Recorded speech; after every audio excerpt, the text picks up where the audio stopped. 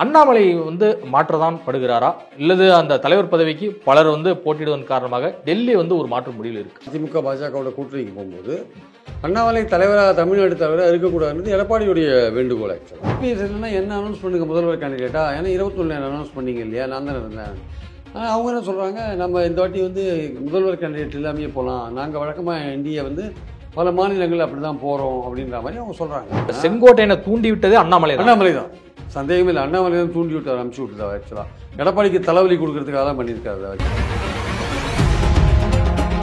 நிச்சயமா செங்கோட்டையன் தான் சிஎம் கேண்டிடேட்டா நான் அறிவிக்கிறதுக்கான வாய்ப்புகள் அதிகம் அப்படின்னு சொல்லிட்டு நிறைய விமர்சகர்கள் சொல்லி வராங்க. இப்போ எலெக்ஷனை நோக்கி போகும்போது இந்த மாதிரியான குழப்பங்கள் கட்சியை மேலும் பலவீனப்படுத்தும். அந்த ஏற்கனவே இந்த ஓபிஎஸ் சசிகலா இல்லாதனால பல பலவீனங்கள் அதில் இருக்குது. கூட்டணிக்கு போகிறோம், அது ஒன்றும் பிரச்சனை இல்லை. ஆனால் நம்ம தான் முதலமைச்சர் கேண்டிடேட், நம்ம தான் லீட் பண்ணுற பார்ட்டி, நம்ம தான். அதில் செங்கோட்டையன் அந்த மெட்டீரியலும் கிடையாது. அவர் இவராவது 4 வருஷம் சிஎம் இருந்தார்.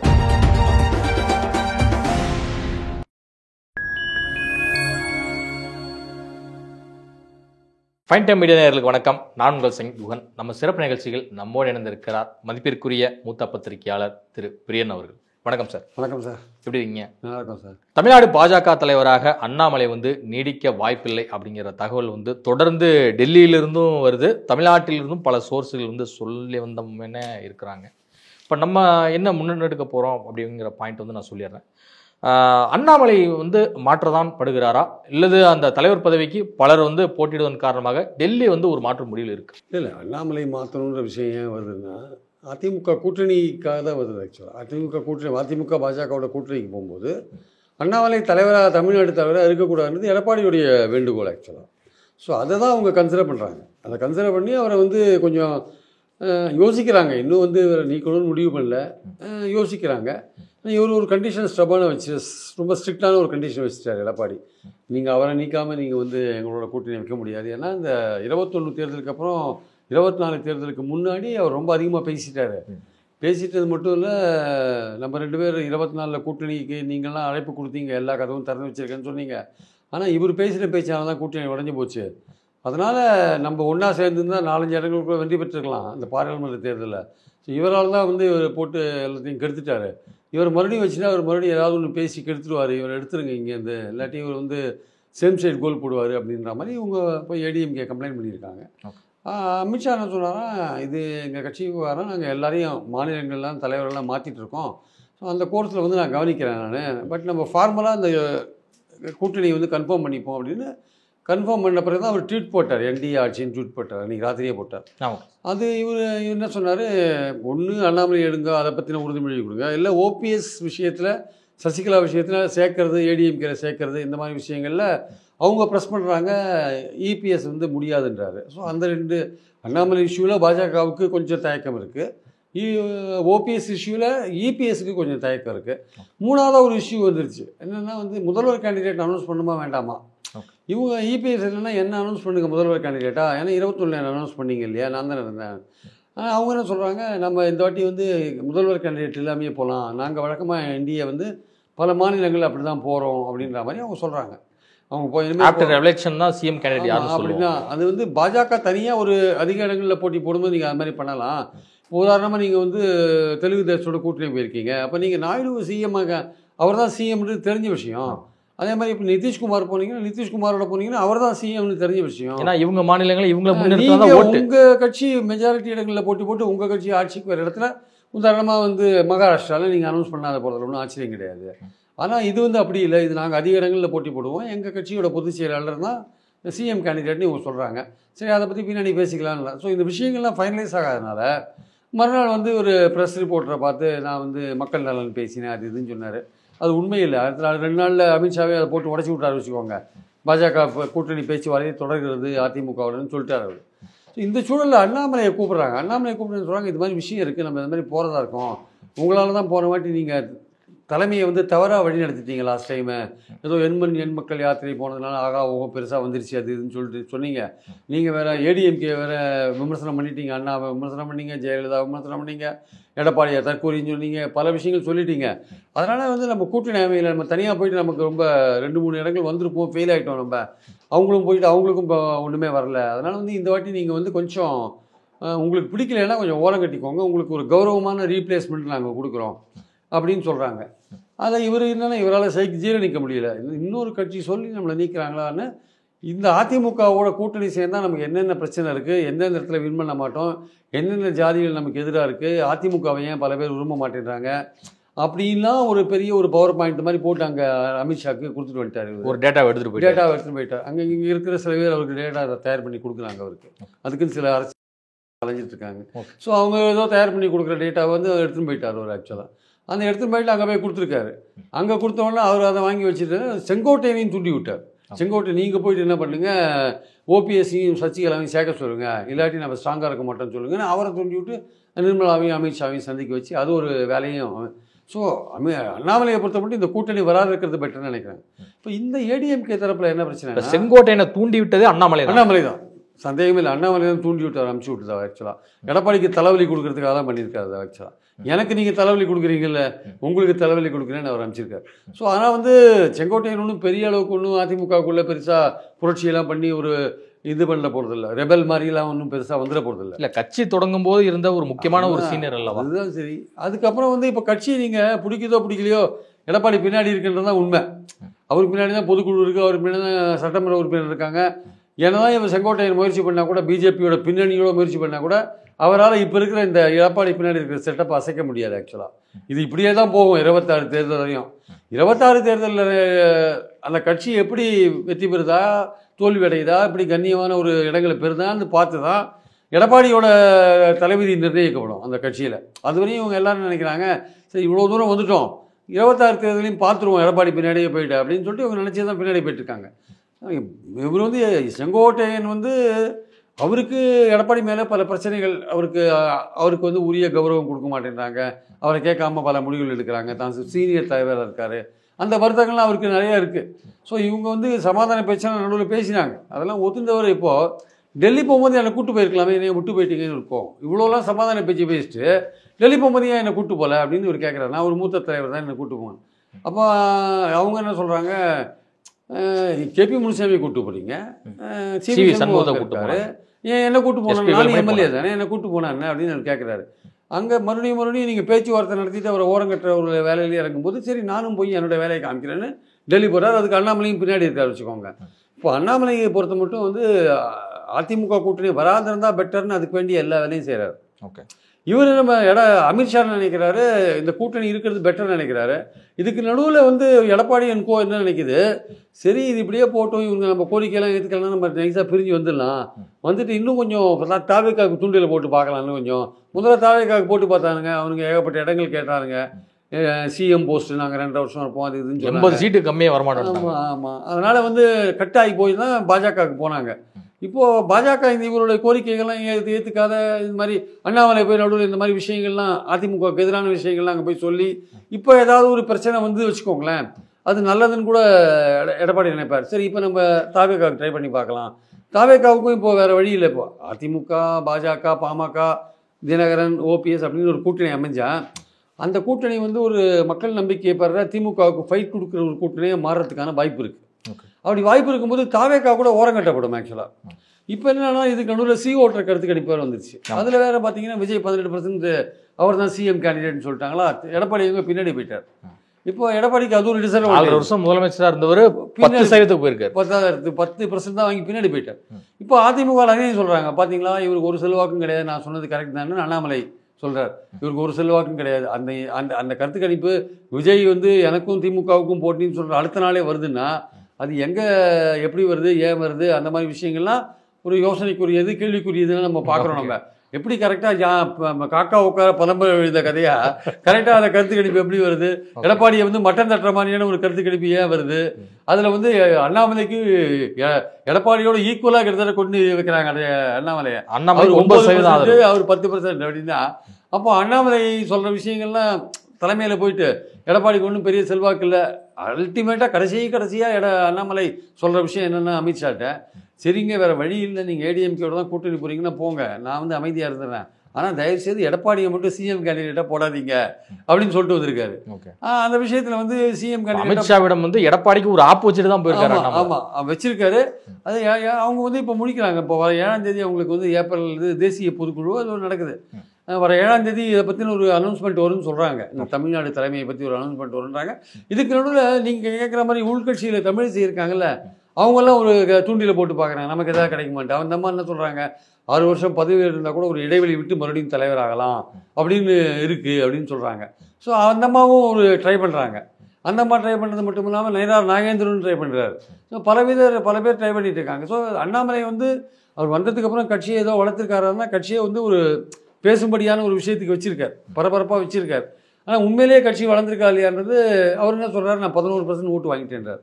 அதுக்கு இவங்க எதிரில் அவருக்கு எதிர்கோஷ்டி என்ன சொல்லுது, நீ வந்து 22 இடங்களில் போட்டி போட்ட, அதனால தான் நீ வந்து 11% வாங்கின. அந்த 19 தேர்தலில் 5 இடங்களில் போட்டி போட்டு 5.2% தான் வாங்கினீங்க. இப்போ 22 இடங்களில் போட்டி போட்டு 11% வாங்குறது ஒன்றும் பெரிய காரியம் கிடையாது. அதனால் வந்து இதை வந்து நம்ம எடுத்துக்க முடியாது, இது உண்மையான செல்வாக்காக எடுத்துக்க முடியாது. நீங்கள் 39 இடத்துல போட்டி போட்டால் 20% ஓட்டு கூட நீங்கள் வாங்கலாம். பிரச்சனை என்னென்னா நீங்கள் எந்த கான்ஸ்டியூன்சிலையும் நீங்கள் வின் பண்ணுற அளவுக்கு உங்களுக்கு வாக்கு இல்லை. எந்த கான்ஸ்டியூன்சிலையும் நீங்கள் தனியாக வின் பண்ணுற அளவுக்கு உங்களுக்கு வாக்கு இல்லைன்றதான் உண்மை. எல்லா கான்ஸ்டியூன்சிலையும் கொஞ்சம் கொஞ்சம் வாக்கு வரும்போது நீங்கள் மொத்தமாக பார்க்கும்போது பர்சன்டேஜ் ஏற தானே செய்யும். அதனால் எல்லா இடத்துலையும் பரவலாக உங்களுக்கு செல்வாக்கு இருக்கலாம், நீங்கள் வின் பண்ணுற அளவுக்கு இன்னும் வரல. ஆனால் நீங்கள் என்ன சொன்னீங்க, பார்லிமெண்ட் தேர்தலுக்கு முன்னாடி தலைமையிட்ட நம்ம குறைஞ்சபட்சம் 5 இடங்களில் வின் பண்ணலாம், அந்தளவுக்கு நமக்கு வந்து செல்வாக்கு இருக்குன்னு சொன்னீங்க. நீங்கள் சொன்னதை நம்பி அவங்க தனியாகவும் போனாங்க, ஃபெயில் ஆகிட்டாங்க. அதனால் இப்போ அண்ணாமலையை நம்புறதுக்கு மேலிடம் தயாராக இல்லை. இவர் வந்து எப்படியும் ஏடிஎம்கே கூட்டணி வராத இருக்கிறதுக்கு என்னென்ன பண்ணணுமோ அதெல்லாம் பண்ணுறாரு, டேட்டாலாம் கொடுக்குறாரு. எடப்பாடியை சிஎம் கேண்டிடேட்டாக போடக்கூடாதுன்னு வரையும் சொல்கிறாரு. அதுக்கப்புறமும் அவங்க மீறி அவங்க என்ன பண்ணுவாங்கன்னு தெரியாது. இதுக்கு நடுவில் எடப்பாடி வந்து சரி பார்க்கலாம் என்ன ஆகுதுன்னு பார்க்கலாம். சப்போஸ் பாஜகவே அவங்களே வந்து ஏதோ வித்யா பண்ணிட்டு போயிட்டாங்கன்னா இப்போ அவங்களுக்கு வேறு என்ன, பாஜக சப்போஸ் அதிமுக விட்டா வச்சுக்கோங்களேன், அவங்க என்ன கூட்டணி அமைக்க முடியும் சொல்லுங்கள். மறுபடியும் அந்த பாராளுமன்ற தேர்தலில் என்ன கூட்டணி அமைச்சாங்களோ அதுதான் வேறு ஆப்ஷனே இல்லை. அந்த கூட்டணி சட்டமன்ற தேர்தலில் ஈடுபடுமான்னா சொல்ல முடியாது. பார்லிமெண்ட் தேர்தலில் மோடி ஒரு ஃபேக்டராக இருந்தார், அதனால் ஓட்டு விழுந்திருக்கலாம். சட்டமன்ற தேர்தல்ன்றது லோக்கலில் தீர்மானிக்கிற விஷயம். அவங்க பழைய கூட்டணி மாதிரி அமைச்சாங்கன்னா இந்த வாட்டி 4 இடங்கள் கூட வின் பண்ணுவாங்களா சொல்ல முடியாது. அதனால் 2 பேருமே தோப்பாங்க, அதிமுகவும் தோக்கும், இதுவும் பாஜகவும் தோக்கும். அதனால் அவங்களுக்கும் பெஸ்ட் ஆப்ஷன் வந்து அதிமுக தான். அதனால் வந்து இப்போ ஒரு குழப்பத்தில் போயிட்டுருக்கு. அண்ணாமலை வந்து சக்ஸஸ்ஃபுல்லாக நம்ம ப்ளே பண்ணிட்டு வந்துட்டோம்னு நினைக்கிறார். அதாவது எடப்பாடிக்கு சரியான ஆப்போசிட் வந்துட்டோன்னு அவர் நினைக்கிறாரு. டெல்லியில் ஒரு மிகப்பெரிய அணுகுண்டை பற்ற வச்சுட்டு வந்துட்டோன்னு அவர் நினைக்கிறாரு. ஆனால் நிச்சயமாக மேலிடம் வந்து இன்னும் ஆனால் அதே சமயம் அதிமுகவில் இருக்கிற பாஜக ஆதரவாளர்கள் வேலுமணி தங்கமணி போன்றவர்கள்லாம் அவங்க தொடர்ந்து பாஜகவோட தான் இருக்கணுன்றதுக்கான எல்லா விதமான முயற்சிகளும் எடுத்துகிட்டு தான் இருக்காங்க. ஆக்சுவலாக ஒருவேளை எடப்பாடி பழனிசாமிக்கு பதிலாக செங்கோட்டையனுடைய தலைமையில் தான் தேர்தலை சந்திக்கணும் அப்படின்னு சொல்லிட்டு பாஜக ஒரு முடிவெடுத்து செங்கோட்டையன் பக்கம் கட்சியினுடைய அதிகாரமான ஜெனரல் செக்ரட்டரி பொறுப்பிலிருந்து எல்லாமே வந்துருச்சு அப்படின்னா, ரெட்டலை சின்னம் முதற்கொண்டு செங்கோட்டையன் பக்கம் வந்துருச்சு அப்படின்னா, இவரை சிஎம் கேண்டிடேட்டாக முன்னிறுத்தும் போது தமிழ்நாட்டு மக்கள் மீண்டும் அதிமுக ஆட்சியை தேர்ந்தெடுப்பார்களா? செங்கோட்டையன் அந்த மாதிரி ஒரு மெட்டீரியலே கிடையாது. முதல்ல அதாவது எடப்பாடி வந்து தகுதியானவராக செல்வாக்கு மிக்கிறோன்னா அதில் சில கேள்விக்குறிகள்லாம் இருக்குது. ஆனால் என்டிஏ கூட்டணின்னு வரும்போது நிச்சயமாக வந்து செங்கோட்டையன் தான் வந்து சிஎம் கேண்டிடேட்டாக நான் அறிவிக்கிறதுக்கான வாய்ப்புகள் அதிகம் அப்படின்னு சொல்லிட்டு நிறைய விமர்சகர்கள் வந்து சொல்லி வராங்க. அதிமுகவுடைய என்டிஏன்னா தமிழ்நாட்டில் லீடிங் பார்ட்டி அதிமுக தான். அதிமுகன்னா அதில் வந்து அதிமுகவில் தேர்ந்தெடுக்கப்பட்டு ஒரு பொதுச் செயலாளர் இருப்பவர் எடப்பாடி பழனிசாமி தான். ஆனால் அவரை விட்டுட்டு நீங்கள் வந்து இன்னொருத்தர் கன்சிடர் பண்ண முடியாது. அது வந்து அந்த கட்சி வந்து இப்போ தற்சமயத்துக்கு அதை ஒத்துக்காது. ஆக்சுவலாக செங்கோட்டையனும் வந்து அவருக்கு அந்த கட்சியில் மற்றவங்களுடைய ஆதரவு வந்து இப்போ எடப்பாடி பின்னாடி ஏதோ ஒரு காரணத்தினால இருக்காங்க வச்சுக்கோங்க. இப்போ எலெக்ஷனை நோக்கி போகும்போது இந்த மாதிரியான குழப்பங்கள் வந்து கட்சியை வந்து மேலும் பலவீனப்படுத்தும். அந்த ஏற்கனவே இந்த ஓபிஎஸ் சசிகலா இல்லாதனால பல பலவீனங்கள் அதில் இருக்குது. 7 இடங்களில் டெபாசிட் எழுந்தாங்க லாஸ்ட் டைம். ஸோ இந்த வாட்டி வந்து செங்கோட்டையன் மூலமாக இன்னொரு பிளவு அல்லது பிரச்சனை வந்தால் கட்சி மேலும் பலவீனப்படும்.